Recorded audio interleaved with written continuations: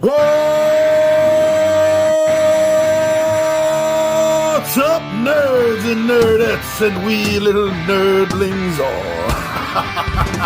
It's your buddy Big Johnny G for Two Gun Pixie presents Legendary Gaming. Shut up and sit down. Tabletop Takeout Tuesday, my friends. How's it going? This is a series that drops every Tuesday. We do a video every day of the week, but every Tuesday, we deliver you one of these.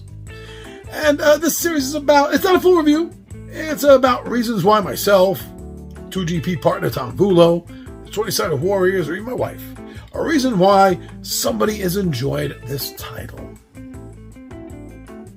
Reasons why we get excited knowing that it's going to be down on the table, that we're going to get a chance to play the game on game day. And the title I'm talking about today is Neon Knights 2086. I'm not generally the biggest fan of race games. There's a couple that I like, but when it comes to board games, I'm not a big fan of race games, generally speaking. So the few that I do enjoy like this really shine. And I think the fact that I don't like this style, but yet there's a few that I do like, I think that says a lot. Now, this is not just a race game. This is a sci-fi race game, like high-tech sci-fi. I'm not talking about post-apocalyptic sci-fi or anything like that. This is high-tech sci-fi, futuristic car combat. Oh yeah. Yes, the cars do have weapons, and it is highly suggested that you use them on the opponents if you want to win the race. Now, the race that can be won, you can play the game in a season mode, or you can just do a one-off with your friends one afternoon. That's it. Just put one game, experience it, move on, something else, another game, or maybe, that's all you have time for, whatever. It's a great system to learn the game. There's nothing wrong with the one-off game. But this really shines when you break into the season. This comes alive when you're battling each other race to race to race. And in between those races, you're getting to upgrade your vehicle.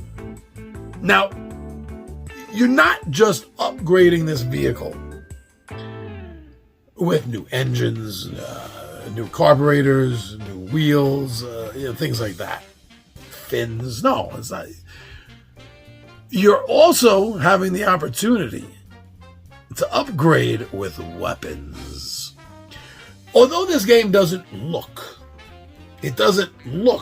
like what I'm about to compare it to. I'm comparing it because of the feeling and the style. And that's Twisted Metal.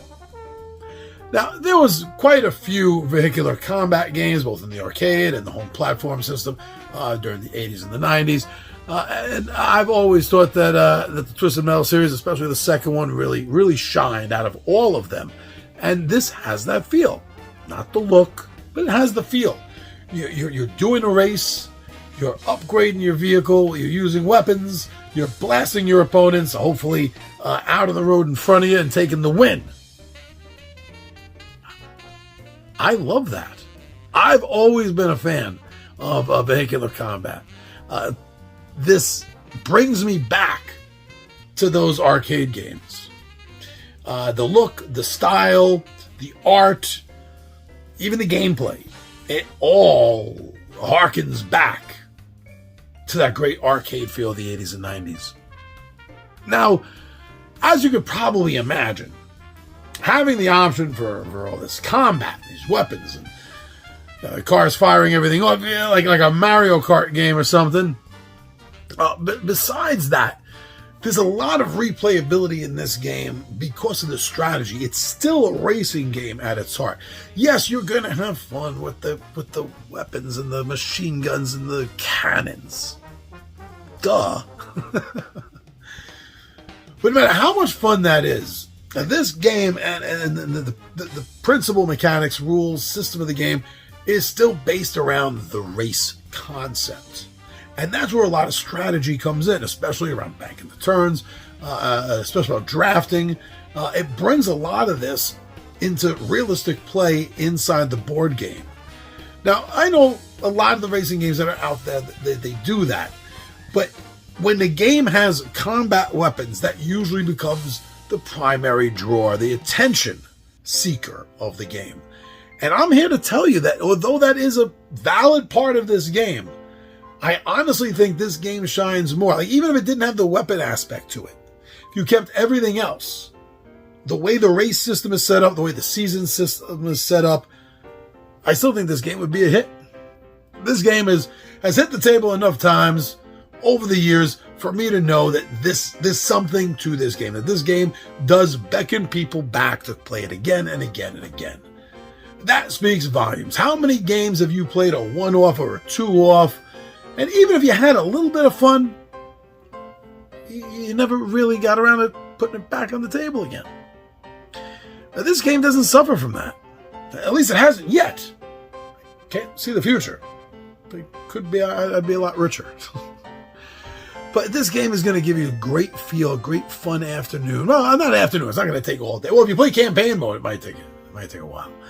But yeah, this game is going to give you a great feeling, a great sensation of a race game, as well as with the combat game.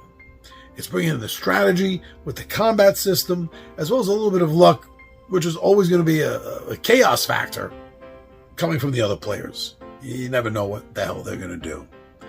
Even if you know them, you don't know enough of what they're going to do. This game needs to be seen by more people. I honestly believe that this game should be played by more people. I don't see enough individuals talking about this game over the years. I haven't seen enough attention given to this game. And quite frankly, I don't understand why. I think that this game actually could use maybe an expansion. I would like to see an extra season, like a season 2 kind of expansion for this. God, is there already? No, I don't think so. Oh, if there is, I'm in trouble because I forgot about it. No, really, I would love to see seasonal expansions to this. New races at new locations, adding in some new rules here and there with new components, new mechanics to the game. Maybe not a lot, maybe one new thing per season. I can see this as a game that does have a lot of building upon itself. That's what I'd like to see for Neon Knights 2086.